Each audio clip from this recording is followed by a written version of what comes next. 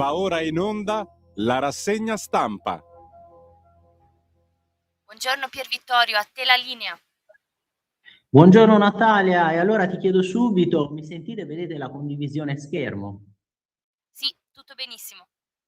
Perfetto, allora veramente un grandissimo buongiorno a tutti voi, a tutte voi, alle nostre ascoltatrici, ai nostri ascoltatori, voi che siete sempre dei patrioti innamorati della libertà. Rassegna stampa di oggi, qui che ovviamente inizia con la notizia della riapertura di Hormuz, un vero successo di Trump, vedete già subito dalla prima pagina del giornale, quindi un grande successo questo del presidente Trump nella trattativa con l'Iran, si avvicina la pace, quella pace che, come ha annunciato Matteo Salvini, vice premier, segretario federale della Lega, chiederanno migliaia di persone da tutta Italia e tutta Europa, insieme agli alleati dei patrioti europei.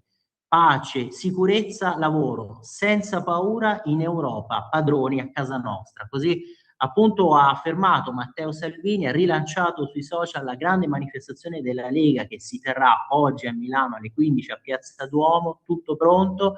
E allora ieri Matteo Salvini a Radio Libertà, da un gigante della radio come il collega Sammy Varin, che salutiamo, che ringraziamo, ha anche dichiarato: noi in piazza con agricoltori e famiglie e non con le spranghe. Ovviamente il riferimento è ai tanti estremisti che hanno deciso di scendere, di manifestare, di contromanifestare, e di questo poi ce ne siamo occupati anche con il nostro ospite. Sentirete l'intervista che abbiamo registrato a Matteo Mauri, già nostro ospite, il segretario della Lega Giovani Lombarda. Questa è la differenza, no, tra chi manifesta come noi, scende in piazza per esprimere le proprie idee, e chi invece organizza contromanifestazioni sempre allo scopo di opporsi, di distruggere, di criticare, di dare contro agli avversari.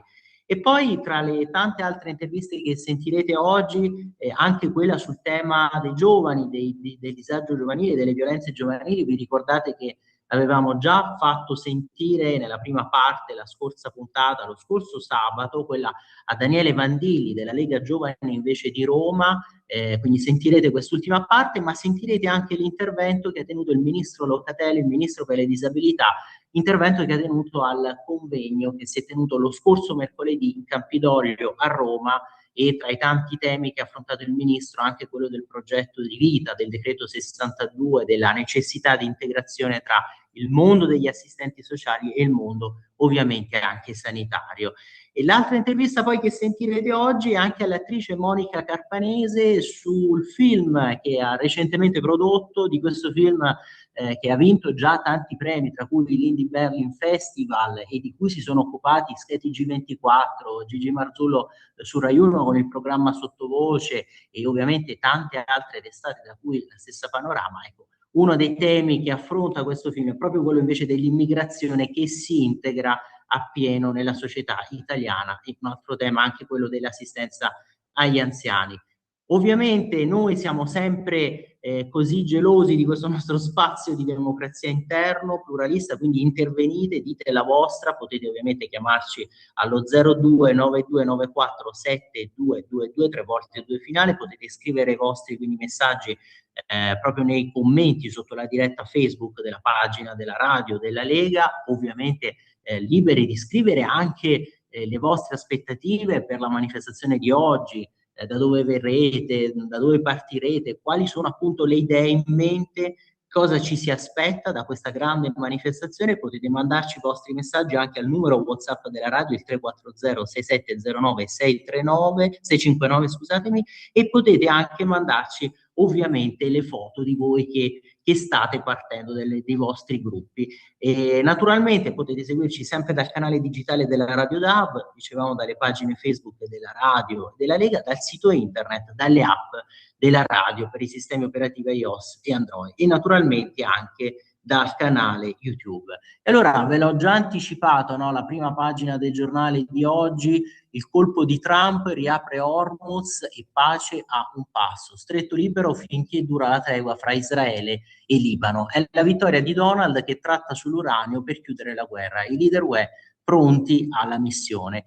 E subito il commento di Tommaso Cerno sul decisionismo del presidente Trump, perché dopo un momento che sembrava di stallo, poi alla fine ha dimostrato di riuscire a concretizzare questo risultato, mentre gli altri appunto dibattono. Noi parliamo, lui agisce. dopo dazi, Groenlandia e Venezuela, mentre l'Europa si scanna fra destra e sinistra, due visioni del Novecento sepolte dalla storia. Donald Trump apre uno spiraglio di pace laddove nessuno sarebbe stato in grado di compierlo. Ferma ancora Israele, mentre la flottiglia imbarca viveri per la sua scampagnata tratta sul petrolio e argina la Cina che cerca il dominio sull'Africa. Insomma, mentre noi parliamo, spieghiamo, discettiamo, ci indigniamo, l'America agisce. Ultimo baluardo della democrazia capace appunto di decidere e di decidere qualcosa nei tempi di questa nuova era, incompatibili con la burocrazia UE e con i contrappesi partitici che noi vendiamo come equilibri liberali. Hormuz riapre grazie agli americani. Se ci sarà uno stop al nucleare in Iran sarà grazie agli americani. Se il terrorismo islamista non ha già vinto è grazie agli americani. Le critiche a Giorgia Meloni sono un pungolo per l'Europa. Sappiamo tutti che l'Italia ha fatto tanto per dire no a questa gestione dell'Unione ideologica e fallimentare, ma sappiamo anche che finché non cambierà il sistema di guida del vecchio continente, di questa dicitura resterà solo la parola vecchio.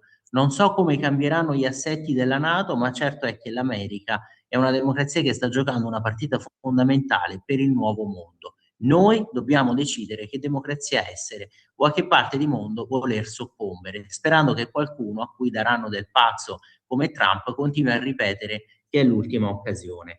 E insomma, si è già confermata questa teoria praticamente della gestione cosiddetta folle del potere, ma che poi serve proprio a spiazzare gli avversari. Vedete già dalla prima pagina del giornale di oggi anche la foto di Saviano che può dirsi gongolante, come al solito salvato, vedete dalla toga pro migranti, e ce ne occupiamo perché aveva appunto insultato, offeso Matteo Salvini, gli aveva dato del ministro della malavita. E allora vedete qui a pagina 12, ve la recupero da qui e andiamo subito a prenderla, vedete la toga pro migranti dietro il via libera agli insulti di Saviano. E quindi per Bocola il malavitoso a Salvini non è reato. Nel 2022 accusò la Guardia Costiera, questo per il nodo immigrazione, e poi pene ridotte dopo le devastazioni il tribunale che grazie agli amici di Cospito. Ecco, queste le solite decisioni che poi ci fanno indignare e scandalizzare. Avevano devastato Torino in occasione della manifestazione del 4 marzo 2023, qui nella foto erano i militanti del gruppo anarchico FAI scesi in piazza per solidarietà ad Alfredo Cospito, che in quel periodo stava sostenendo uno sciopero della fame contro il regime del 41 bis cui era sottoposto. 18 tra questi sono finiti davanti ai giudici del Tribunale di Torino. Le pene inflitte dal Tribunale con la sentenza emessa giovedì scorso spaziano dai 5 anni e 6 mesi di reclusione ai 18 mesi di arresto. Da quanto si ricava dalla lettura del dispositivo, i giudici hanno escluso il reato di devastazione, ma hanno riconosciuto, come sosteneva la procura, il concorso degli imputati nella minaccia a pubblico ufficiale, cosa che a giudizio della pubblica accusa dimostra come i danneggiamenti fossero in realtà erano stati preorganizzati. Ma il tribunale ha escluso la devastazione, qualificando i fatti come episodi singoli, facendo cadere l'impostazione più grave dell'accusa. E insomma, anche questo ci lascia perplesso. E poi riguardo invece questa assoluzione di Saviano, ecco, qui vedete, non era la prima volta che il giudice romano Claudia Bocola si trovava ad occuparsi di un processo che riguardava il governo. La sentenza con cui l'altro ieri ha assolto lo scrittore Roberto Saviano dall'accusa di aver diffamato il vice premier Matteo Salvini è stata salutata con entusiasmo dalle opposizioni di sinistra e dal vasto mondo degli antipatizzanti del leader leghista.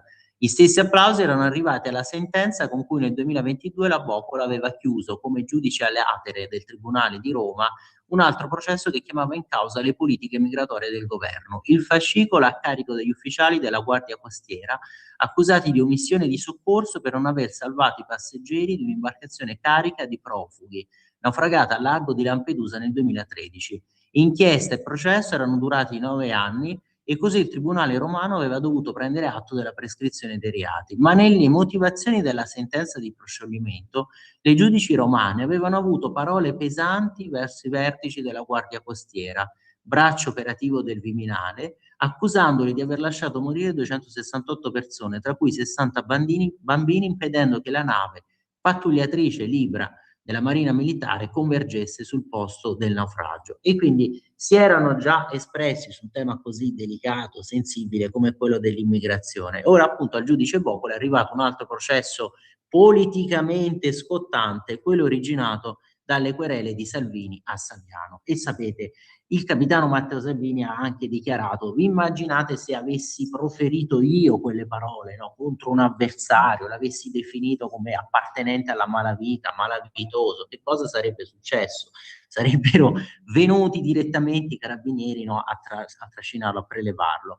E poi l'intervista a Claudio Cordova per il Dispaccio: per noi cronisti che veramente realizziamo l'antimafia, ci occupiamo di antimafia, la sua assoluzione, quella di Saviano, è una vera sconfitta. Perché?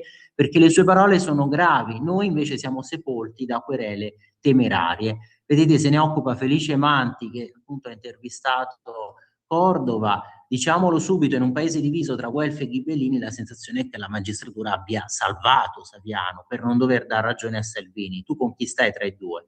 Non c'è dubbio che tra lui e Saviano preferisco, dice lui, dichiara lui ovviamente, preferisco quest'ultimo, che da giornalista ha avuto dei meriti innegabili, soprattutto all'inizio della sua carriera, ma io affronto processi per molto meno. Ma non è una citazione del libro di Gaetano Salvemini, ma ha fatto comunque un'affermazione secondo me grave rispetto a quello che passiamo tutti noi in provincia per aver scritto la verità. Appunto, appunto è quello che magari riporta il cronista, magari enuncia dei fatti che almeno risultano acclarati da sentenze, comunque da provvedimenti giudiziari, e un conto invece lasciarsi andare veramente con parole in libertà ad insulti così poi fondati su cosa, ve lo ricordate, tutto molto pretestuoso e discutibile. Diciamo pure in trincea, rilancia Manti, noi subiamo censure che nessuno sa, viviamo nell'oblio, siamo isolati, a volte anche dentro la nostra categoria. Se non si parla mai di noi e dei nostri problemi non esistiamo. Come venite colpiti? Veniamo colpiti non più con le pallottole, con l'incendio delle macchine, ma con richieste di risarcimento danni. Prima ti isolano, poi ti delegittimano, poi ti chiedono migliaia di euro. Quindi è un conto e occuparsi poi anche in provincia, nella provincia italiana, no? Con giornali locali di queste vicende, scriverlo, esporsi poi a richieste di risarcimento anche di migliaia di euro, di diverse decine di migliaia di euro, e un conto invece interpretare questo ruolo del professionista della legalità, dell'antimafia, come fa Saviano da tempo, e poi ci regala queste chicche degli insulti così che vengono proferiti liberamente. Ma allora, rimanendo qui sul giornale, perché dobbiamo correre, io vi porto a pagina 10 perché c'è l'intervista che è stata condotta al sottosegretario alla Presidenza del Consiglio dei Ministri, Alessandro Morelli, intervista condotta proprio da Michel Dessy. Allora ve la apro però da qua, facciamo prima, se no invece di riscorrere tutto, vedete, proprio sulla manifestazione di oggi, intanto scenari politici, la mobilitazione, Lega in piazza con i patrioti, sicurezza e un'altra Unione Europea, Salvini ritrova gli alleati sovranisti oggi in Duomo, e Forza Italia benedice invece, vedete, un sit-in per le seconde generazioni. Qui si è aperto infatti un caso con Forza Italia, se ne occupa poi anche Libero di oggi, ma anche nella parte, diciamo, dell'edizione speciale per Milano, di Libero Milano. Infatti poi la recuperiamo, andiamo a vedere anche quella di parte, di sezione. Vedete, qui viene spiegata intanto la manifestazione, no, che si terrà, l'abbiamo detto, inizierà alle 15, accompagnata dalle polemiche, dal tentativo del PD di vietarla e dalle minacce dei centri sociali che oggi proveranno ad accerchiare Piazza Duomo. Oggi è il giorno della manifestazione senza paura, in Europa, padroni a casa nostra, promossa dai patrioti europei e dalla Lega. Gli interventi dal palco inizieranno alle 15, un'ora prima partirà da Porta a Venezia un corteo guidato dal leader vice premier Matteo Salvini sullo stesso percorso della sfilata del 25 aprile, e anche questo ha sollevato proteste a sinistra.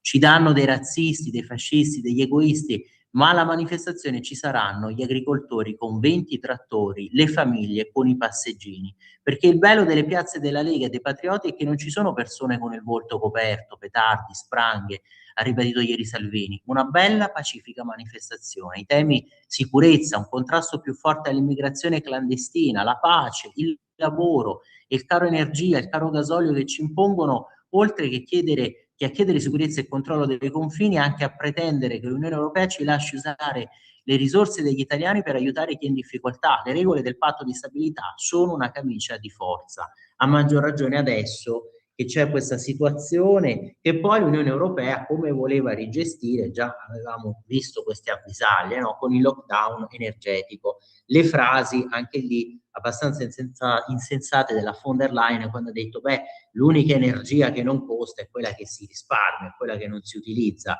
Frase anche questa che lascia veramente sconvolti, sgomenti.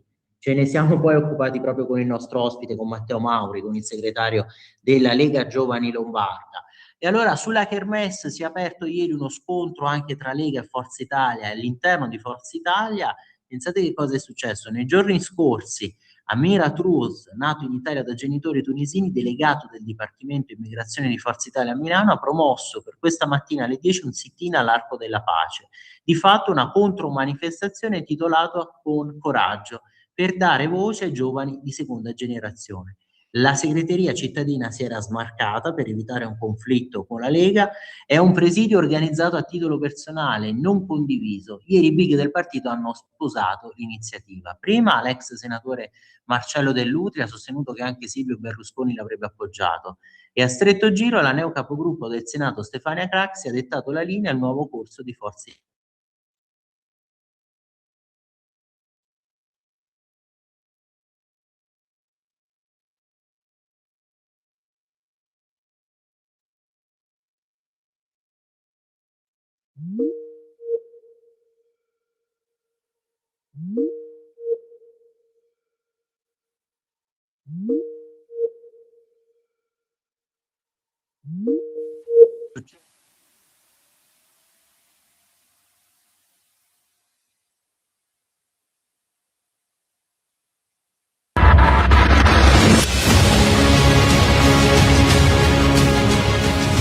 La Lega, nata dalla battaglia senza la sfida.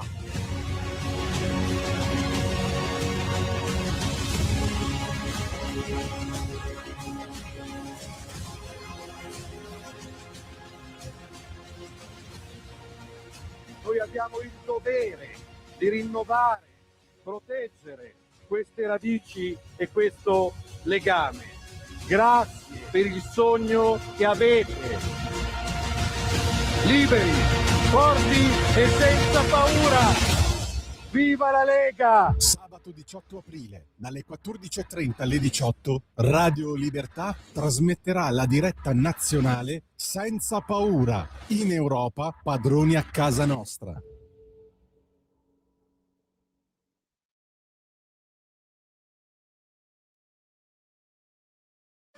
Un nuovo modo per sostenere la tua radio. Visita radiolibertà.net. Ti basta un click e potrai versare il tuo contributo volontario direttamente online. Potrai donare con ogni tipo di carta di credito, anche prepagata. Ti aspettiamo online Su radiolibertà.net. Sostieni la tua radio con il tuo contributo volontario. Radio Libertà. La tua radio. Diamo voce alla nostra gente.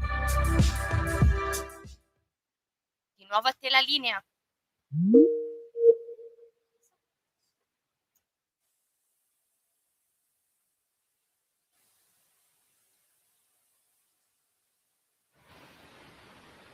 A te la linea per Vittorio. Grazie, rieccoci Natalia, grazie. Avevamo sentito appunto il jingle per la manifestazione di oggi delle 15 con le parole di Umberto Bossi e allora probabilmente in quel momento c'era stata la perdita della connessione ed eravamo a pagina 10 del giornale. Adesso tutto ok, vero Natalia? Mi sentite? Nessun problema.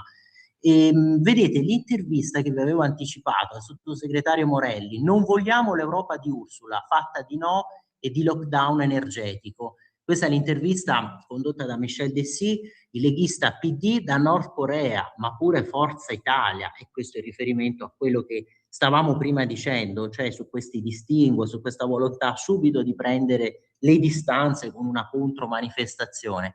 Alessandro Morelli chiede appunto Michel Dessy, siete pronti per la manifestazione di oggi? è tutto pronto, ci attendiamo una bellissima piazza, una piazza pacifica con tante idee, tanti bimbi. Io vado con la mia famiglia, per noi è un momento per ritrovarci tutti insieme, una giornata che ci unisce, che ci dà la possibilità di approfondire temi importanti, soprattutto in questa fase storica, una fase molto delicata. Manifestazioni come queste vengono pensate tempo prima.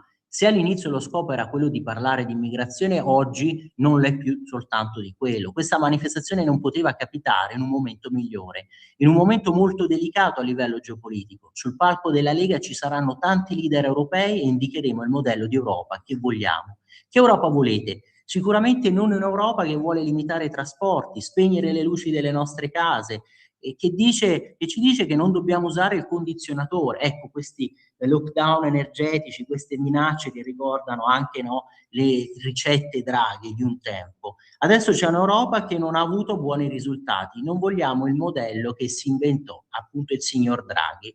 Qui vedete le altre priorità indicate qui nei virgolettati. Sarà l'occasione per riunirci. I temi non sarà più soltanto l'immigrazione, modelli.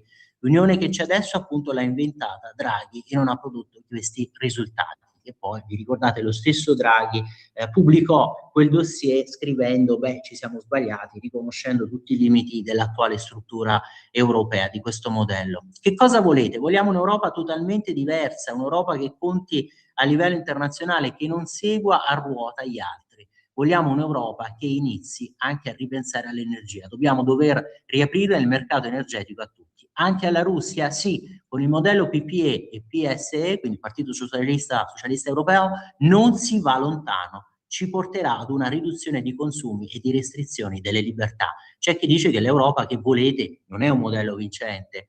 Ora abbiamo il modello Ursula von der Leyen. Se questo è il risultato dei geni della lampada, l'approssimarsi di un lockdown energetico. Sicuramente con un'altra medicina i risultati saranno migliori. Vogliamo un'Europa non subalterna all'ideologia, che danneggiano questa ideologia le imprese e le famiglie. Hanno tentato di boicottarvi, il PD milanese addirittura ha protestato. Guardi, anche Forza Italia, per 2 voti di Forza Italia è passato in consiglio l'ordine del giorno contro di noi.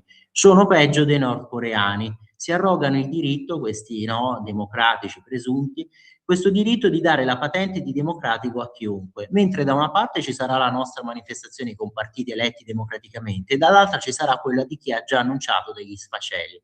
Piuttosto che cercare di impedire come dei novelli ayatollah la nostra manifestazione, dovrebbero invece stare più attenti ai loro compagnucci. E qui anche questo riferimento invece al clima di odio che si sta scatenando sempre anche in vista del 25 aprile contro gli ebrei, queste fiammate di antisemitismo, un altro 25 aprile contro gli ebrei non ci saremo. E quindi non è solo Shabbat, anche quest'anno il giorno della liberazione rischia di trasformarsi in un festival dell'odio anti-Israele, e per questo clima la comunità ebraica di Milano, ripetendo una scelta passata del suo presidente Walker Menglaghi, ieri ha comunicato che non intende partecipare alle celebrazioni ufficiali, organizzerà il giorno dopo presso il cimitero di guerra di Milano una propria commemorazione. La comunità di Milano, la città in cui le contestazioni alla brigata ebraica sono state più aggressive e veementi, va oltre e parla di un paradosso inaccettabile. A proposito poi della manifestazione di oggi, io volevo richiamarvi sempre, facciamo una carrellata prima dell'ulteriore break che ci concediamo sempre alle 8:30, e anche sulle altre testate. Ad esempio, apriamo il Corriere di oggi che riporta le parole, vedete, anche dello stesso Morelli. A proposito di questa manifestazione andiamo a pagina 17, intanto vediamo la prima pagina che magari avete già guardato da giornalone, ecco, ve la apro da qui. Ovviamente il riferimento su questa riapertura di Hormuz, qui il Corriere che titola Hormuz riapre tra le incognite, vertice dei volenterosi a Parigi, Meloni Roma può fornire navi con il via libera del Parlamento. E poi Federico Fubini che scrive: comunque vada, l'Europa dovrà pensare a razionare i consumi. E quindi l'intervista anche a Weber. Ha fatto bene Giorgia, il leader statunitense chiede aiuto ma prima non ci consulta. E Cottarelli che scrive a proposito di un piano per aiutare le imprese, e poi crescita, i nuovi impulsi. Qui giustamente Maurizio Ferrera ricorda che per mitigare la recessione fu sospeso il patto di stabilità e nel luglio successivo fu lanciato il Next Generation EU, finanziato da debito comune. Quello che si chiede adesso, no? Cioè, stavamo prima anche risentendo le parole del sottosegretario Morelli, dello stesso vice premier Matteo Salvini, cioè la necessità comunque in questi momenti delicati in cui ci sono queste tensioni sui mercati comunque internazionali, di poter poi derogare al patto di stabilità, di non rimanere sempre imbrigliati in questo sistema che poi è asfittico, già nei tempi diciamo ordinari non permette più di tanto la crescita. Ve l'ho citata perché alcuni spunti sono comunque meritevoli insomma di attenzione. A pagina 13 l'intervista a Weber qui sul Corriere, apriamola un attimo perché delle parti sono condivisibili e altre magari come quello che abbiamo sentito prima su comunque la necessità di risparmiare sull'energia. Bisogna risparmiare sui costi dell'energia, bisogna provvedere ad un piano di approvvigionamento energetico per tutto il continente, per l'Italia, ecco questo. Amici degli USA ma sovrani, Meloni ha fatto bene a difendere il pontefice. Lo stesso Matteo Salvini, vi ricordate poi in questa disputa aveva detto sbagliatissimo, non intelligente, non utile criticare il pontefice.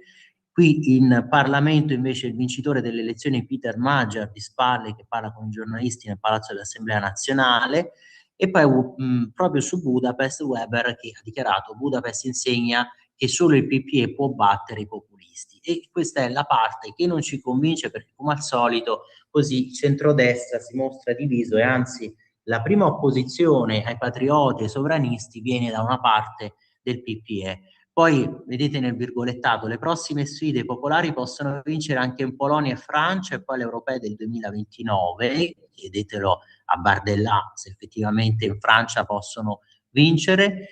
La von der Leyen non ha reagito ai commenti di Trump sul Papa. A nome del PPE e del Partito Cristiano Democratico d'Europa sto prendendo una posizione chiara, sostengo il Papa su questo tema, la posizione dell'Europa non lascia spazio a dubbi e la Meloni l'ha espresso in modo molto chiaro, che infatti poi anche per la risposta alla reazione della Meloni, Trump, no, avete sentito, ha dichiarato quella frase lì, no, sulla Meloni che di fatto l'avrebbe tradita, l'avrebbe delusa.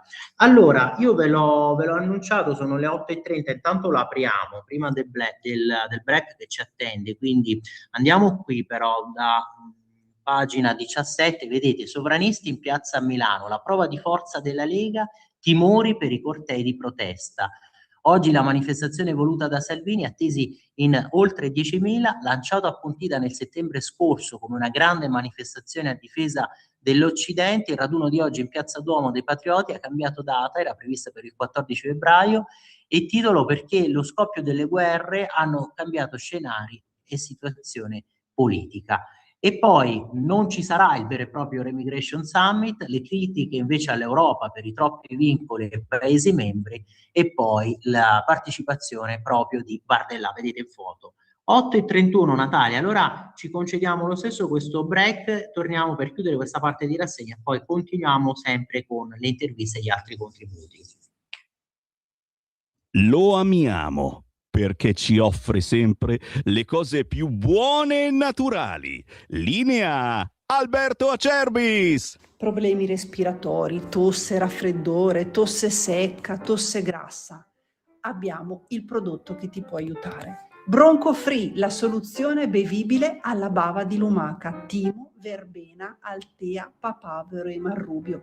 Un insieme di erbe e di prodotti che aiutano a sciogliere il catarro e a favorirne l'espettorazione in maniera naturale. La tosse è un meccanismo espulsivo naturale che il nostro organismo mette in atto quando all'interno delle nostre vie respiratorie entrano virus, entrano batteri, entrano sostanze che il nostro organismo ritiene dannose.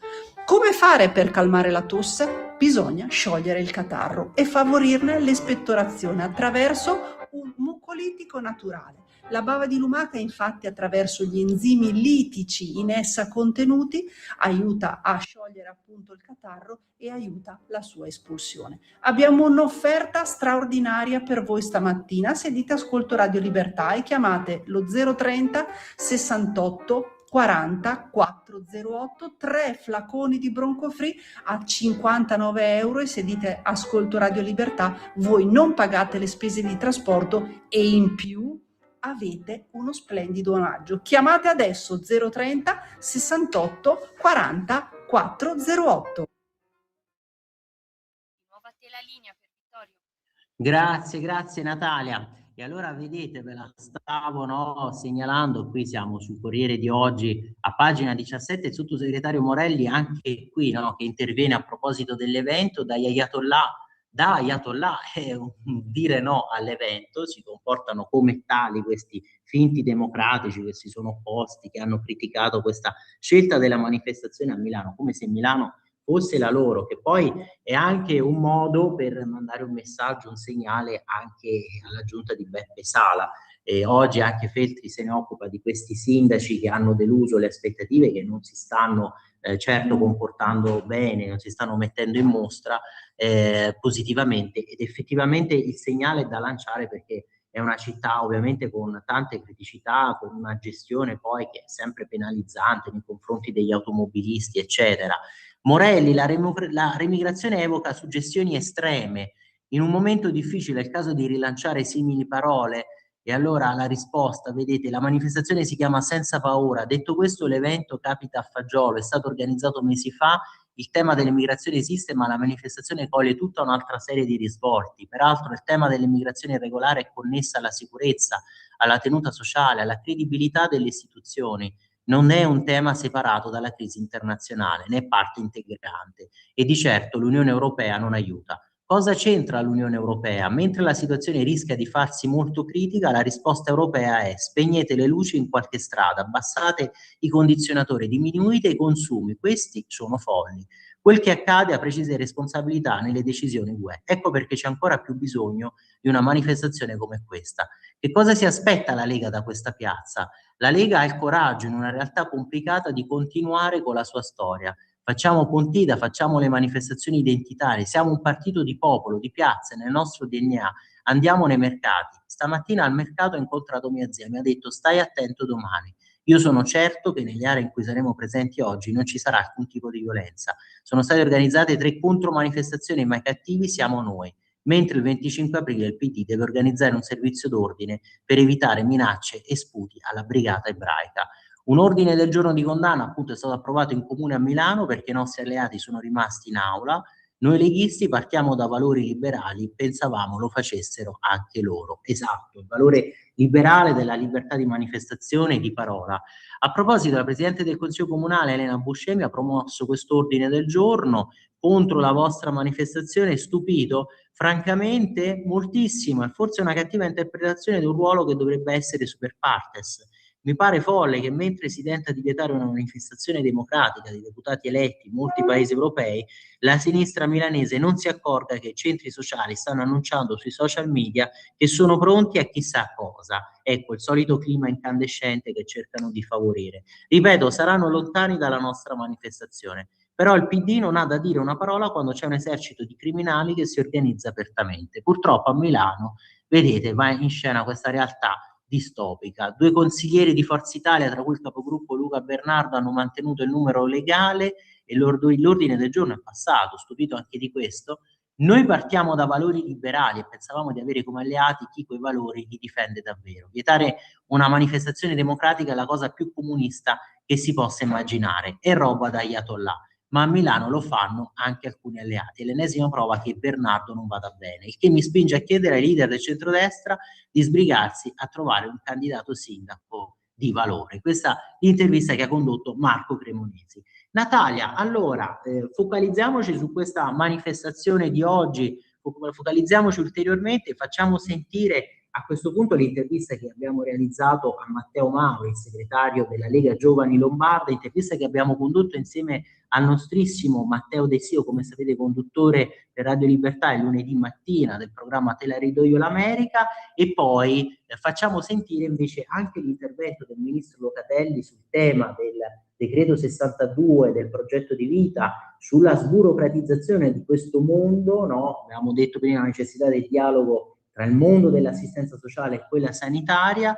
anche perché lo stesso ministro Locatelli ha detto spesso i media non si occupano, raramente si occupano appunto di disabilità. Facciamo sentire allora questa parte e poi ci ritroviamo per andare avanti invece con la rassegna stampa. E allora oggi per Radio Libertà di nuovo con Matteo Mauri, come sapete segretario della Lega Giovani Lombardia, già nostro ospite. Matteo, grazie per essere con noi, sempre un onore e un privilegio. Eccoci, buongiorno a tutti. Ciao Pier. Grazie Matteo e grazie all'altro Matteo, Matteo Desio, il nostrissimo, instancabile, come sapete conduttore per Te la rido io l'America, lunedì mattina qui su Radio Libertà. Grazie Matteo. Grazie Pier per l'invito e grazie al nostro ospite per la sua presenza. Grazie mille Matteo, sempre un piacere averti con noi. E allora Matteo 1, Matteo Mauri, ecco, tu oggi guidi questa Lega Giovani della Lombardia, lombarda, in una fase politica che è intensa perché comunque è stata segnata da tante mobilitazioni territoriali, dibattiti sull'Unione Europea, una riflessione anche proprio sulle radici, sull'identità del movimento, visto che comunque c'è stato questo anniversario di 42 anni della Lega, vista anche la morte del suo fondatore, il senatore Umberto Bossi. E domani questa grande manifestazione, o meglio, diciamo a questo punto oggi, visto che registriamo oggi che è venerdì, ma andrà in onda appunto sabato, e quindi questa grande manifestazione e mobilitazione della Lega con tutti gli alleati europei a Milano, Piazza Duomo. Ecco, qual è il contributo specifico che intende apportare proprio la Lega Giovani a questo evento in termini di contenuti? Qual è il messaggio che tu ritieni fondamentale far arrivare ai cittadini lombardi e italiani, ma anche e soprattutto lombardi in questo momento? Quindi immagino soprattutto identità, ma non solo, anche sicurezza, difesa dei confini e anche autonomia, tutti questi temi su cui la Lega ha continuato a impegnarsi. Sì, esatto, come hai detto te Pier, è un momento particolarmente importante e oggi abbiamo il coraggio di scendere in piazza, lo abbiamo sempre fatto, tra la gente, ascoltando, facendo anche degli errori, ma imparando e sempre stando in mezzo alla gente. Come hai detto te, peraltro arriviamo da un momento particolare per noi, che è la morte, no, di Umberto Bossi. Il suo funerale è stato fatto poche settimane fa, eravamo presenti migliaia di persone e anche centinaia di giovani. Attualmente, oltre al potere centrale romano, c'è anche quello europeo, no? Quindi è una fase ulteriormente complessa, quanto sia importante e quanto siano importanti i messaggi di autonomia e di federalismo che ci ha portato Umberto Bossi, e che anche domani alla manifestazione cercheremo di portare, per far capire che vogliamo un'Europa diversa, un'Europa non delle lobby e delle banche, ma un'Europa vicino ai popoli, un'Europa vicino alla nostra gente, ai nostri artigiani, alle piccole e medie imprese del nostro territorio, che sono sempre quelle che hanno fatto la differenza nel nostro paese e che hanno sempre portato un valore aggiunto. Abbiamo notizia di qualche contromanifestazione. Noi non ci siamo mai permessi, mai ci permetteremo di andare a impedire, come ha voluto tra l'altro fare il PD di Milano anche attraverso una loro mozione proposta giovedì in Consiglio Comunale, una manifestazione altrui, però insomma quello che è importante è portare la nostra voce, mentre gli altri ci vogliono censurare, noi vogliamo portare un messaggio di libertà, di autonomia e di essere consapevoli di quello che può essere il nostro futuro. Quindi questo è quello che vogliamo portare i messaggi, quindi come abbiamo detto, di autonomia, un'autonomia che deve arrivare, una visione di Europa che è diversa, e dato che, come hai detto te, ci saranno i leader greci, austriaci, tedeschi, francesi, quindi dalle varie nazioni europee, dei patrioti europei, quindi in buona sostanza questo è il messaggio che vogliamo dare: ripartire da un'altra Europa per ridare dignità e futuro ai nostri territori e anche, permettimi di dirlo, ai nostri giovani. Ecco, e a proposito d'Europa e di Unione Europea, Matteo, qui dobbiamo anche commentare, vengo all'altro Matteo Desio, dobbiamo anche commentare le ultime uscite della von der Leyen che ricordano la ricetta Draghi per l'energia. Esatto. Continuando a parlare quindi, come stava giustamente facendo il nostro ospite, di uno smarcamento della Lega in confronto a questa Europa che preferisce parlare più di tematiche astratte, più di tematiche che non guardano alle tasche direttamente dei cittadini. Infatti parliamo di una von der Leyen che per quanto riguarda ad esempio l'energia nucleare punta in realtà più su quelle rinnovabili, che però non bastano, anche secondo i più ottimisti per quanto riguarda l'utilizzo proprio delle energie rinnovabili, non possono da sole sostituire i combustibili fossili. Ecco, quindi parliamo anche di una von der Leyen che adesso che c'è un nuovo presidente in Ungheria è pronta anche a sbloccare nuovi fondi per l'Ungheria, e quindi per un personaggio, per un presidente che a lei è più, tra virgolette, allineato politicamente parlando. Quindi un'Europa di figli e figliastri che a noi ovviamente non piace.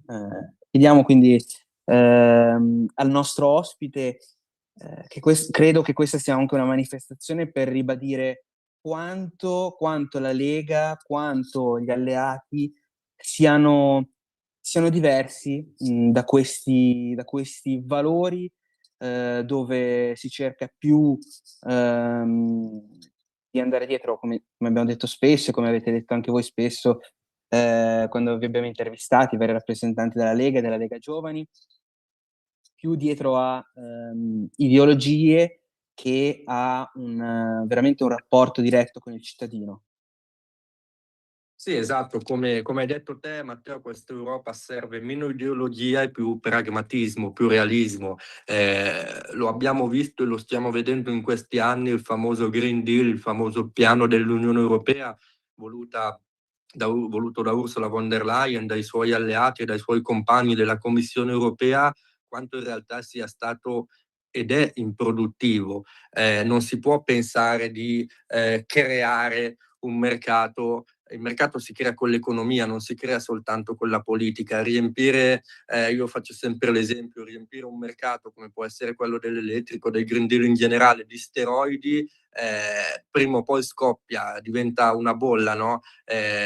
Lo si sta iniziando a vedere in Cina, lo si vedrà forse purtroppo anche nell'Unione Europea, e quindi è chiaro che bisogna puntare da un lato sicuramente sulle fonti rinnovabili, ma comunque poi serve il nucleare, serve il carbone, servono i combustibili fossili, no? Quindi il mix è un futuro di queste cose, non si può imporre per ideologia un qualcosa che, ostinandosi a imporlo ai vari stati, che però abbiamo visto che non funziona, perché sennò si porta veramente allo sbando, come sta succedendo da parecchi anni, soprattutto in Italia, e non credo che sia casuale.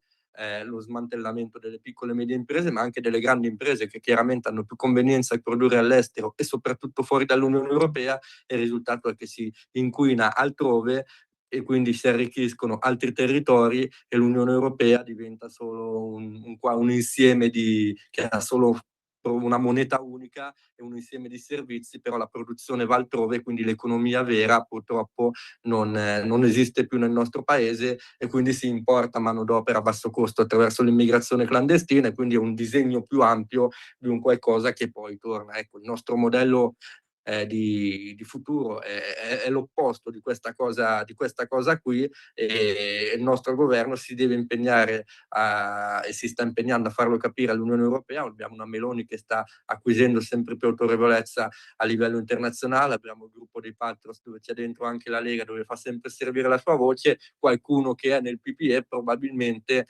anche nel governo italiano dovrebbe far capire con buon senso che certe misure danneggiano soltanto l'economia italiana e non portano certamente risultati alle nostre imprese, ai nostri giovani, ai nostri territori. Ecco, e poi Matteo, tornando al tema invece delle radici, dell'identità, no? Tu hai scritto per esempio sui tuoi social, per questi 42 anni della Lega, di storia, giustamente hai scritto: brindiamo al verde, al dialetto, alla nostra terra amata, Lega Lombarda, sei giovane ancora e noi siamo la tua nuova amata. E poi, a proposito del senatore che appunto ci ha lasciato recentemente, il fondatore, c'è chi passa e chi lascia un segno, scrivendo la storia di un paese e poi riassumendo anche tutto il suo percorso politico veramente straordinario, è giustamente scritto coraggio, battaglia, verità senza filtri. Ecco, in che modo poi questa eredità culturale, politica del senatore può adesso anche interloquire con le sfide, con i problemi che deve affrontare la Lega Giovani, la Lega, tra ovviamente poi bisogno anche di rinnovamento, nuovi linguaggi politici, ma sempre rimanendo legati a queste profonde radici. E certo, guarda, ti rispondo con una battuta in estrema sintesi, che però è rappresentativa un po' di quello che è il pensiero mio e quello che è il pensiero bene o male della Lega, no? Che magari quotidianamente non sempre si vede, perché ogni esponente, Matteo, giustamente sono presi nelle battaglie, nel portare avanti quelle che sono le nostre iniziative, mediando al governo e quant'altro, però d'altra parte la strada l'hanno ben tracciata innanzitutto il capo Umberto Bossi, l'ha tracciata Gianfranco Miglio, perché il vero sistema attraverso cui si può ridare responsabilità alla politica è quello del federalismo, no? Federalismo diffuso da nord a sud, senza discriminazioni, ma mettendo in capo al politico la responsabilità di governare, che ne determina anche la capacità, perché a quel punto poi dal nord, al centro, al sud, se un politico è capace di fare il bene del proprio territorio, del proprio popolo, poi viene rieletto, no? Quindi autonomia, gestione delle risorse sui territori. Se uno non è capace, è giusto che smetta di fare politica e che vada a casa. Lo abbiamo visto, lo stiamo vedendo anche ad oggi, ahimè, quanta burocrazia si cela dietro uno Stato centrale unito a tutto il discorso europeo, che anch'esso poi nel corso degli anni ha assunto un peso sempre maggiore. Quindi dal nostro punto di vista la risposta si chiama autonomia e federalismo. La Lega la sta portando avanti, sono state fatte delle preintese, si sta dando battaglia, bisogna schiacciare sull'acceleratore per portare a casa le prime materie attraverso cui finalmente si riuscirà a avere un filo di autonomia. Poi chiaramente la battaglia è lunga, la sfida è lunga, perché figuriamoci se i poteri centrali ci aiutano, no? Lo sappiamo benissimo che ce li abbiamo tutti contro, sia dentro i palazzi sia a livello mediatico e quant'altro. Però il vero cuore della Lega, dal mio punto di vista, è questo, ecco. Chiarissimo, e allora veramente tutto pronto per questa manifestazione, si scaldano i motori e io volevo anche ricordare questa frase di Matteo Salvini che ha rilasciato, no, per l'intervista proprio sulla manifestazione a Milano: migliaia di persone per bene, senza paura, che vogliono un'Italia che non sia bloccata dalle regole assurde e troppo spesso autolesionistiche dell'Unione Europea, quello che ci ha ricordato Matteo. E sarà anche l'occasione, ha aggiunto Matteo Salvini, per mandare un segnale alla mia Milano: traffico, costo della vita e sicurezza sono fuori controllo. Il centrodestra c'è e la Lega vuole sfrattare il PD da Palazzo Marino. E allora, grazie ancora Matteo, vi aspettiamo tutti quanti domani. Grazie Matteo, grazie due Matteo, grazie ancora. Ci vediamo in Duomo, ciao. Grazie. Per la tua pubblicità visita il sito radiolibertà.net. Radio Libertà. In un mondo in cui i mezzi di informazione vanno verso una sola voce, una radio che di voci vuole averne tante.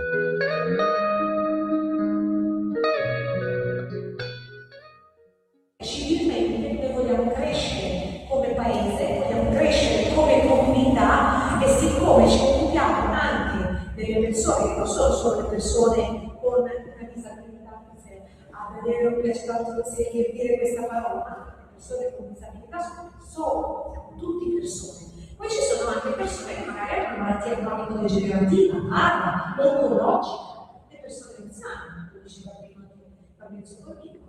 Insomma, riguarda tutti, nessuno si può chiamare fuori da una responsabilità, dalla condivisione e dal lottare, da portare avanti convintamente quelli che sono i diritti di ogni persona.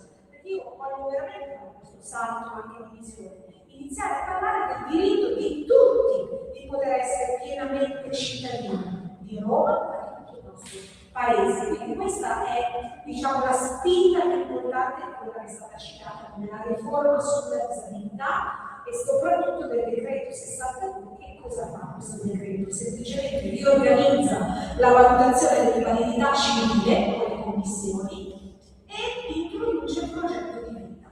Ma in poche parole, stiamo spingendo per semplificare e sburocratizzare il percorso e per dire al mondo sociale che deve dialogare con il mondo sanitario. Questa sembra una cosa così semplice, così banale, che in realtà 30 anni che parliamo di integrazione sociosanitaria ed è difficile per gli assistenti sociali fare un colpo di telefono all'ospedale e all'ospedale fare un colpo di telefono al comune per parlare di una persona.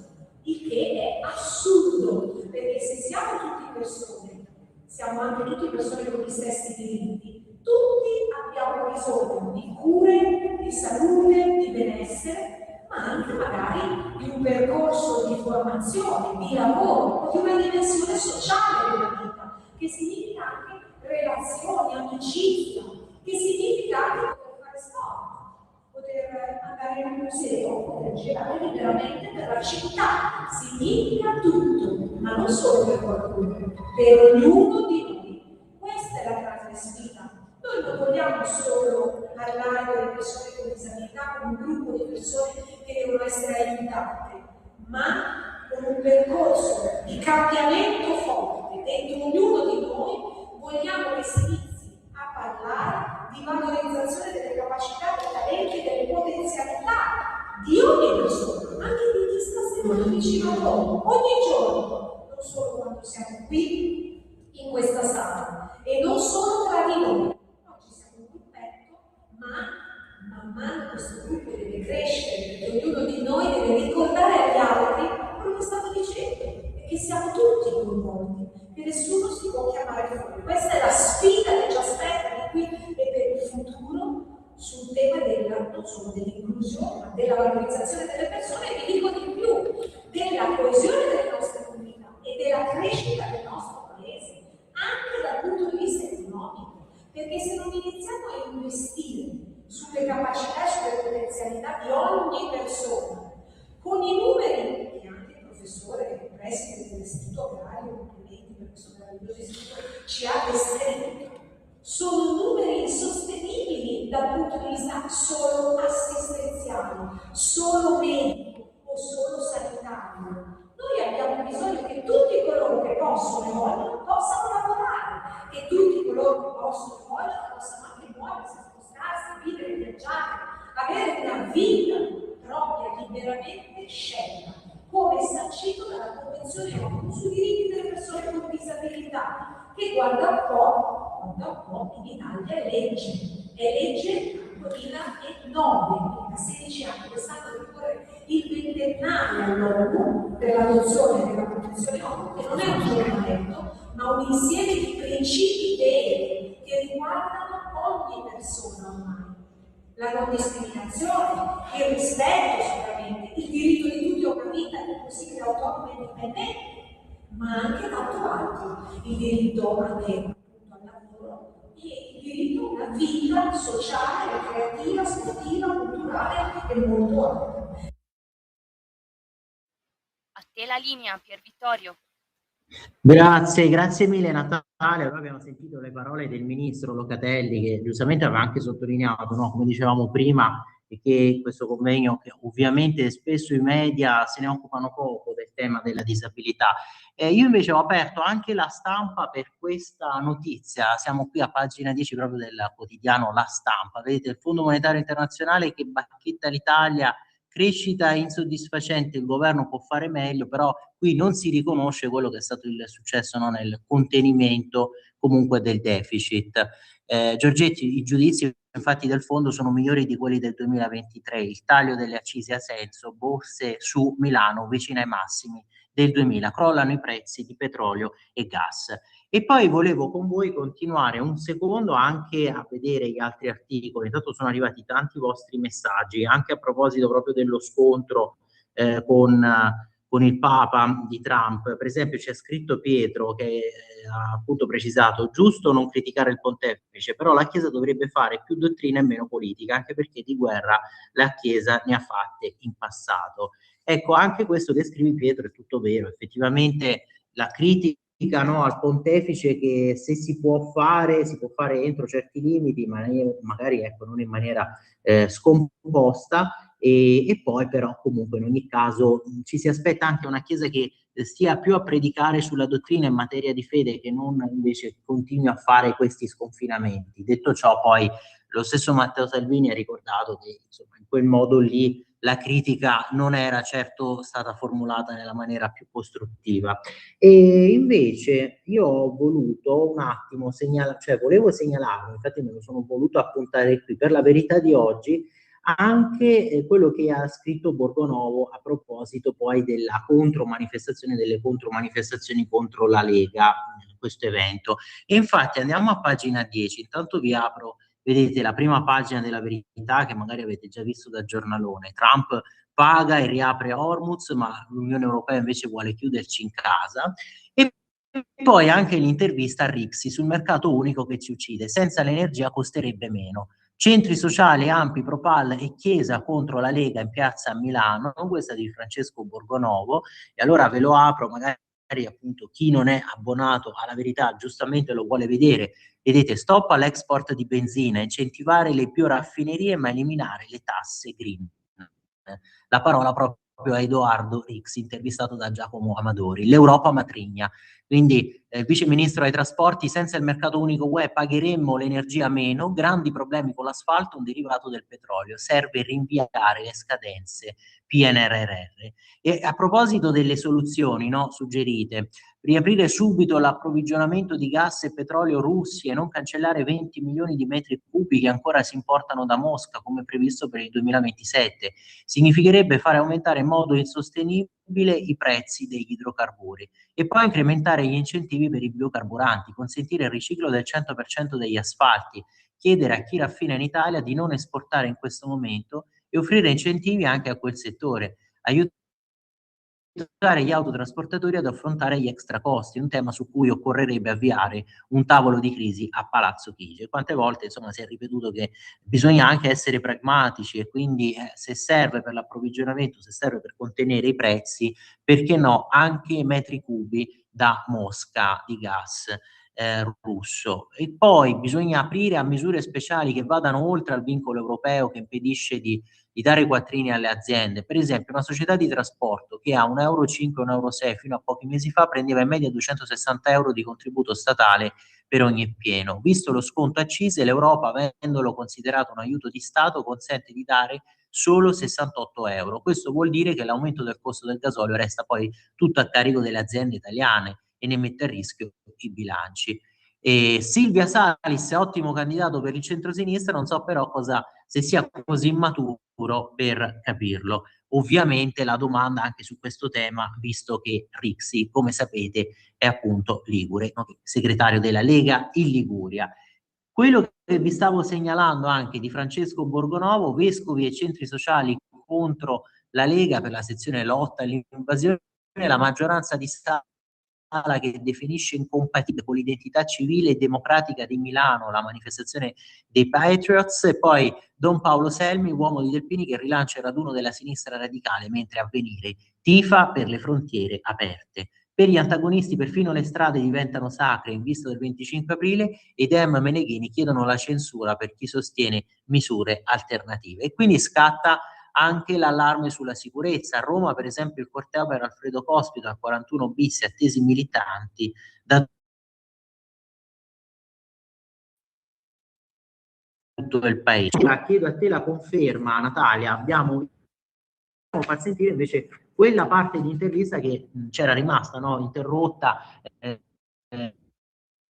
a proposito invece della Lega Giovane di Roma, Daniele Vandilli, sui temi proprio del disagio giovanile. Allora, Natalia, piccolo bene, quest'ultima parte dell'intervista che appunto non avevamo ancora fatto ascoltare tutta quanta. E Matteo, vengo da te perché poi a Daniele, che comunque è studente della Lega Giovane, militante della Lega Giovane, ci può raccontare anche poi la percezione di altri studenti verso proprio il movimento leghista. Esatto, rimanendo sempre quindi nell'ambiente universitario, come diceva il mio collega e amico Pier Vittorio, puoi raccontarci quello che percepisci come militante della Lega Giovani a Roma, quello che percepisci da parte degli studenti, questa ostilità che viene descritta dai giornali, forse troppo poco, anche perché molte volte si parla di attacchi fisici verso ragazzi che semplicemente vogliono fare politica. Ecco, tu invece come la vivi, essendo pure studente di scienze politiche, quindi ancora più addentro rispetto allo studente universitario medio a certe dinamiche? Allora, come la vivo? Io onestamente la vivo con molta serenità perché non ho timore di esprimere un'idea che non sia per forza di sinistra e quindi vivo la giornata universitaria in maniera assolutamente serena.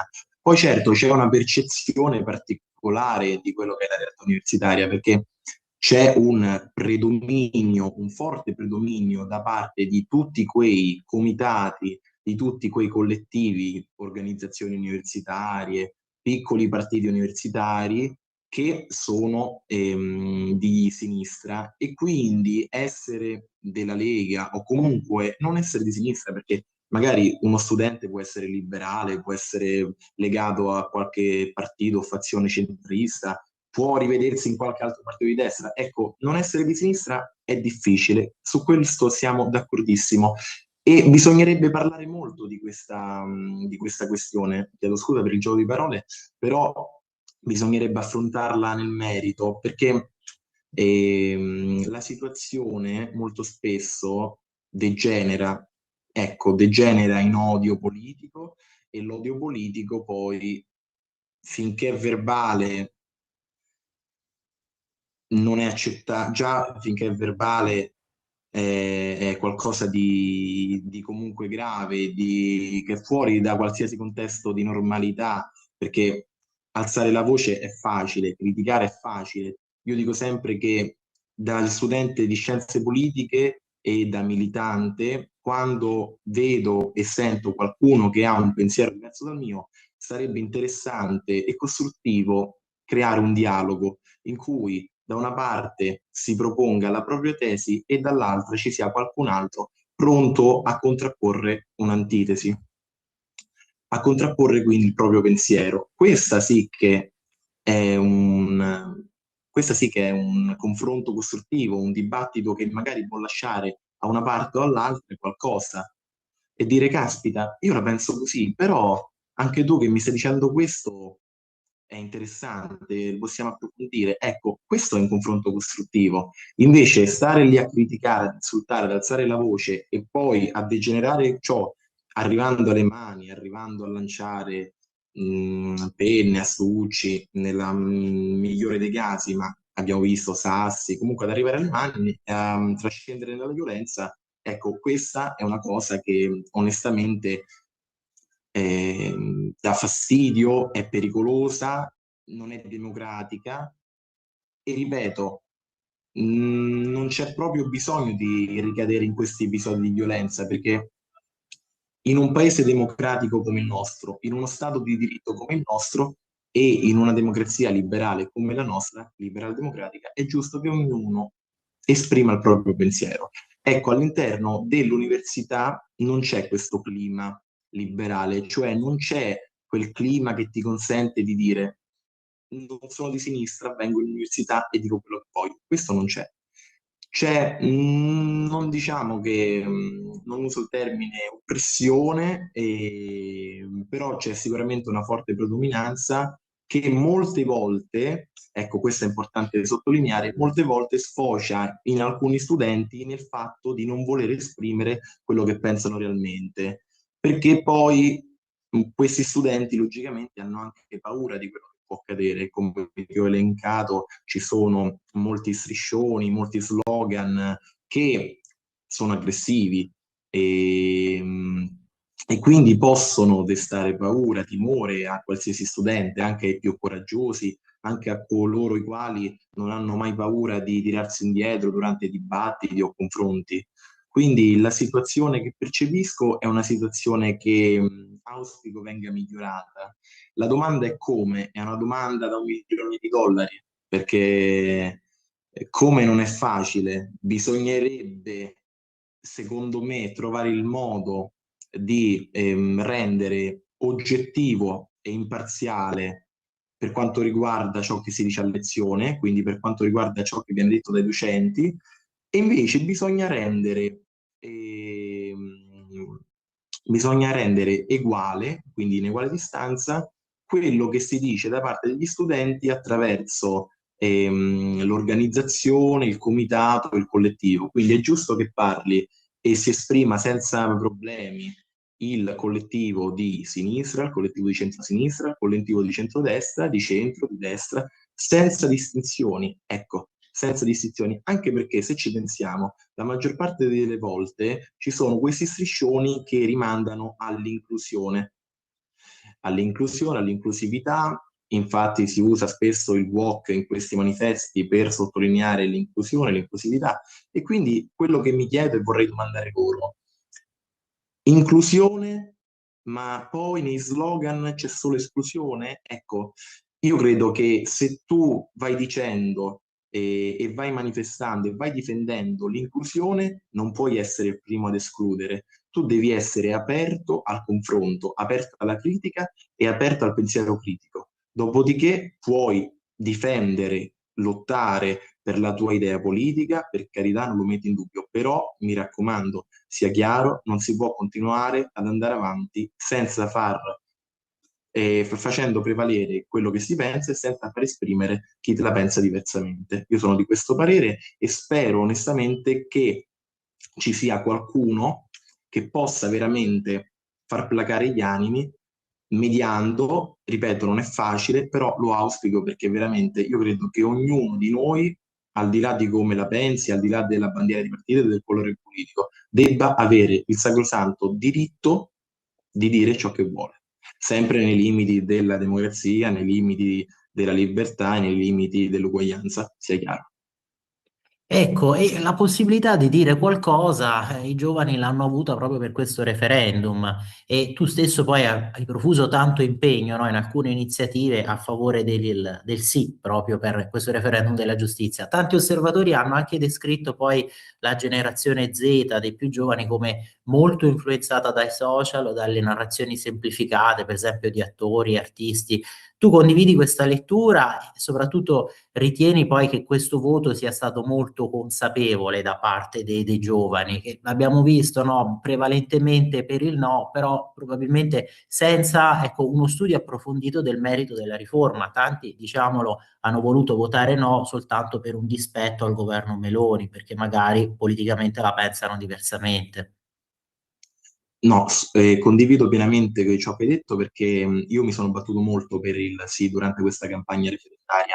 Ho anche partecipato a convegni, a dibattiti in cui ho preso parola e ho espresso le ragioni per cui avrei votato, e ho votato poi favorevole alla riforma. Il punto è questo: leggevo sui social un sondaggio che diceva che il 65% dei giovani, degli under 30, insomma, ha espresso al 65% il no, e il restante è stato per il sì. Quindi una gran parte di studenti, di giovani era contraria alla riforma e una piccola parte era favorevole. Adesso il punto è questo.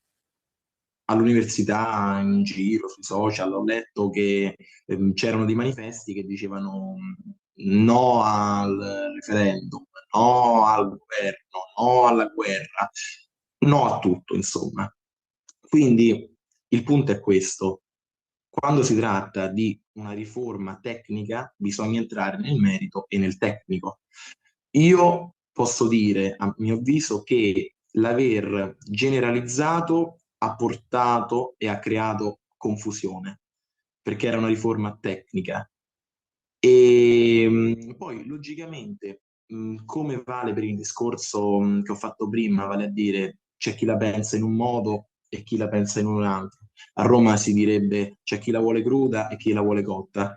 E anche in questo caso c'è chi sosteneva le ragioni del sì e chi le sosteneva ragioni del no. Logicamente ho sempre preferito durante questi dibattiti ragazzi della mia età, quindi i miei coetanei, o anche persone più adulte, che fossero preparate, che avessero letto la riforma, studiato, approfondito la riforma, in modo tale da aver offerto delle nozioni interessanti.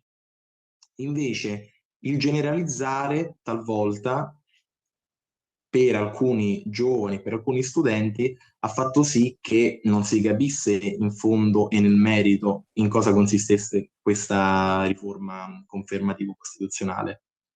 Quindi io credo che parte di quelli che hanno votato senza consapevolezza, hanno votato per partito preso e per sentito dire. Questo lo condivido pienamente. E aggiungo, secondo me, una parte di studenti è anche stata indirizzata fortemente da quello che vociferava all'interno delle scuole, all'interno delle assemblee di istituto, all'interno dei comizi scolastici, e quindi è stata un po' portata verso quella scelta. Questo sono sicuro, e condivido pienamente la mia tesi che ho appena citato, la tesi sotto forma di domanda, insomma. E poi un altro grande tema, oltre alla partecipazione dei giovani al referendum, è quello poi anche dei social, vero Matteo? Esatto, esatto, esatto, perché proprio il ministro Valditara, ma non solo, in tutta Europa e anche negli Stati Uniti, in piccola parte, sta pensando di vietare l'utilizzo dei social proprio ai minori per evitare che possano incappare in qualche brutto evento, brutte compagnie. Parliamo anche di un intervento del ministro Valditara che ha sottolineato come sia uno sforzo non semplice. Ovviamente nessuno può pretendere di risolvere poi, tra l'altro, tutte le dinamiche negative lasciate dai governi precedenti per quanto riguarda la scuola in una sola legislatura. Parliamo di un ministro Valditara che sta lottando per la dispersione scolastica, che sta raggiungendo ottimi risultati. Abbiamo visto gli ultimi dati che mettono addirittura l'Italia in anticipo rispetto alle risoluzioni con l'Unione Europea di 5 anni, secondo, diciamo, le previsioni che avevano dato prima, ovviamente, di mettere in atto queste misure. Ecco, possiamo dire quindi che il governo, per una volta, abbiamo un governo che si interessa a queste dinamiche che in realtà avvengono da tanto tempo, perché i social non sono nati ieri, e che si interessano anche quindi di quello che i giovani fanno anche fuori dalla scuola e cercare di rendere il loro tempo più costruttivo. Sì, sottoscrivo pienamente quello che ha detto il ministro dell'istruzione del merito Giuseppe Valditara, e sottoscrivo anche tutto quello che è stato detto e fatto da parte di questo governo a riguardo. Prima parlavi di problemi giovanili, di disagio giovanile, che sfocia molto spesso nella violenza o in episodi tristi, tragici. Purtroppo è un tema sottile, è un tema difficile da trattare, e umanamente, quando leggo alcune cose, mi sento profondamente colpito e dispiaciuto, perché sono giovani che hanno la mia età, che hanno poco meno della mia età. Io ho 19 anni, quando leggo che un ragazzo di 15-16 anni ha coltellato la professoressa, e ha messo le mani addosso al compagno, lo ha portato a togliersi la vita per il troppo bullismo, le troppe critiche, sono temi che mi colpiscono profondamente e mi invitano alla riflessione e al pensiero critico. E mi domando sempre per quale ragione, perché succede ciò. In un mondo ideale, in un mondo perfetto, auspicherei sempre che ciò non accadesse mai. Purtroppo non è così. E io credo a riguardo che la violenza giovanile e il disagio giovanile oggi però sia legato anche a un altro tema, a un altro aspetto tra i tanti che vengono sottolineati. Vale a dire che oggi giorno, secondo me, manca un modello, manca una figura di riferimento. O meglio, ci sono modelli e ci sono figure di riferimento deboli che vengono perseguite e seguite fortemente dai giovani, che sono alla fine influencer, che sono alla fine i cantanti trapper, cioè sono tutte persone che sono viste come modelli. Poi sia chiaro, è giusto avere un modello di aspirazione, un modello ambizioso, E anche io mi sono detto più volte, sarebbe bello diventare come quello. Certamente non ho mai puntato a diventare come l'influencer di turno, come il trapper di turno, ho sempre puntato a qualche grande politico, qualche grande storico, e qualche grande filosofo. Ho sempre dato una interpretazione culturale a questa domanda, cioè chi è il mio modello. Però logicamente questi giovani si affidano a queste persone che fanno video, dicono cose, scrivono testi e sembra banale, ma in realtà in quello che fanno e dicono sono fondamentali per la vita e per le azioni dei giovani, perché quello che loro dicono ha un senso, cioè dovrebbe averlo, però ha un secondo fine, ha un esito indiretto su quello che poi fanno i giovani.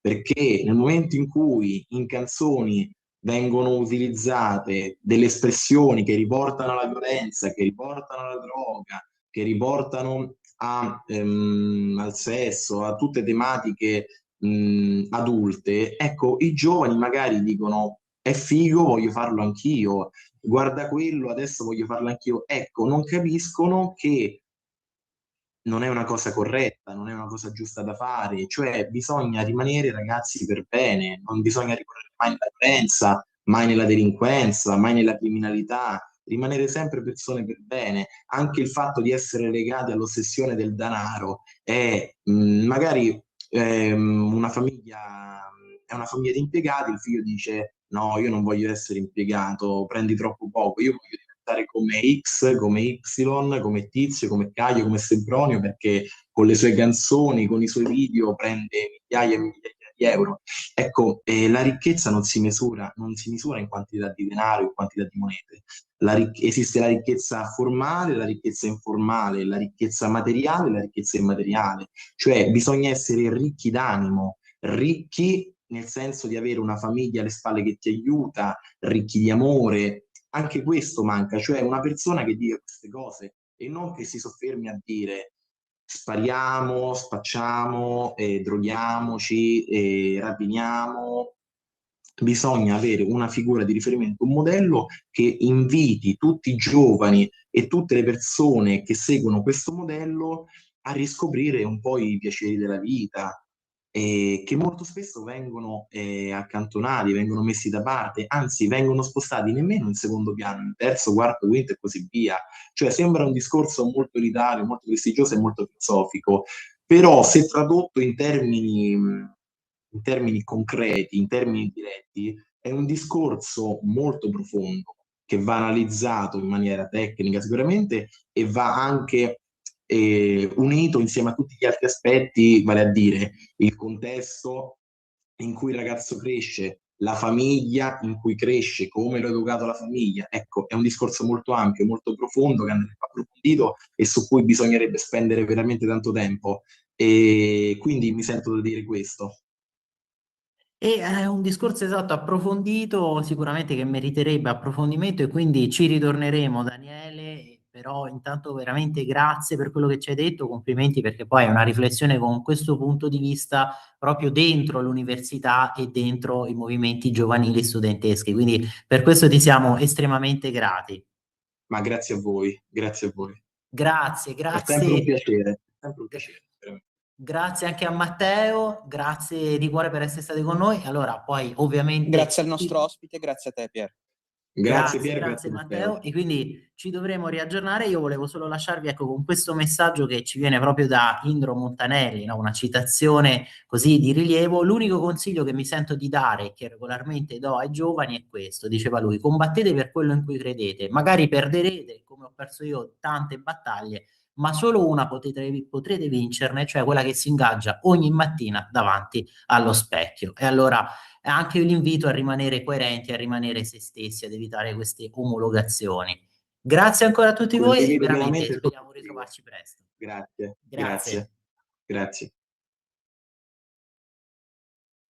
A te la linea, Pier Vittorio.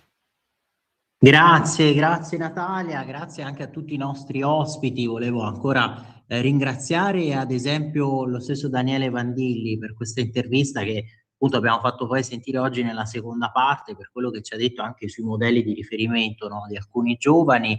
E poi volevo ricordarvi, ecco, a proposito del ministro Locatelli, quello che ha pubblicato proprio sulla sua pagina in relazione a Daniele Turis, che è stato proprio l'organizzatore, il correlatore nel convegno di cui abbiamo sentito il suo intervento, l'intervento del ministro Locatelli, perché Daniele Turis poi è stato questo ragazzo appunto con disabilità che salutiamo e gli mandiamo un grandissimo abbraccio, perché poi è stato aggredito da una donna rom a Roma.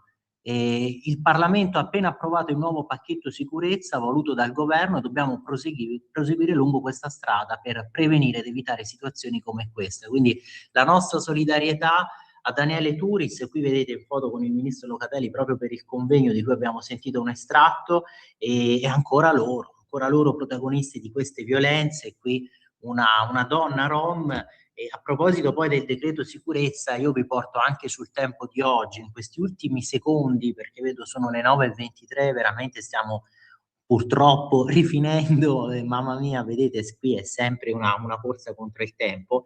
Pagina 5, Ostellari spiega appunto alcune questioni, anche il fatto che comunque vedete la sinistra sempre contro l'Italia, non si può negare la piazza a chi la pensa diversamente, però il pericolo del fascismo rosso a Milano. E poi la protesta verso l'Unione Europea. Se non si dà un messaggio forte si va davvero verso il lockdown predicato dai gufi progressisti. A proposito di lockdown, volevo rilanciarvi, farvi anche leggere un attimo le parole del nostro direttore Giovanni Sallusti di questo piano europeo per rinchiuderci in casa, veramente assurdo, perché lui qui sintetizza efficacemente quello che è veramente il rischio, perché si dà sempre contro a Trump, che per carità ci ha abituato a tutti questi imprevisti ed è imprevedibile, ma allora vogliamo parlare, vogliamo commentare le follie, le pazzie di questa Europa, e qui lui giustamente le sintetizza qui, se non l'avete ancora letto, no, a pagina 13, 12-13 di Libero, perché l'articolo appunto è sulle 2 paginate, ve lo leggo, ecco, almeno questa parte è ancora e sempre Greta Thunberg, la loro stella polare. Trump applicherà anche nella sua postura geopolitica la nixoniana teoria del pazzo, ma gli estensori di questo vademecum dadaista, sono loro che hanno detto praticamente di non usare l'energia elettrica, propongono pazzie nella pratica. Non spostatevi, non lavorate, non riscaldatevi, non lavatevi, non vivete sostanzialmente, perlomeno nel senso compiutamente umano. Nostro direttore Giovanni Sallusti, che poi vedete qui, adesso ve lo ricondivido, parlando liberamente con Germano Dottori, fight, fight, fight. Questo proprio di oggi, 18 aprile, così è iniziato il Trump di oggi. Con poi questa domanda, la riflessione proprio sulle critiche di Trump al Papa e a Giorgia Meloni, Dottori qui risponde che in ogni caso era inevitabile, no, che comunque ci fosse questa difesa da parte della Meloni e questo rischio, diciamo, di scontro, però lui qui precisa giustamente il fatto che la leader dell'opposizione in questa circostanza abbia offerto solidarietà alla Meloni, oltre alla sua convenienza politica, riflette anche un comune sentire dell'opinione pubblica. E allora sono le 9:25, io poi volevo lasciarvi anche facendovi rivedere, a proposito poi ogni tanto noi abbiamo riparlato anche di calcio e di Serie A, l'ultimissima puntata proprio dal profilo di Fulvio Collovati per Calcissimo su 7 Gold Tele Lombardia, che oltretutto ha mostrato qui non solo ovviamente un anticipo di quello che poi succederà con queste elezioni per il rinnovo della federazione calcio, italiano gioco calcio, ma volevo segnalarvi anche poi paura in Europa, padroni a casa nostra. E allora veramente non abbiate paura, siamo padroni a casa nostra, dobbiamo esserlo, come ha detto Matteo Salvini a proposito di questa manifestazione, migliaia di persone per chiedere pace, sicurezza, lavoro, sempre padroni a casa nostra. Tutto pronto? Allora ci troviamo alle 15 a Piazza Duomo a Milano. Intanto buona continuazione qui su Radio Libertà, grazie per essere stati con noi, grazie a te Natalia.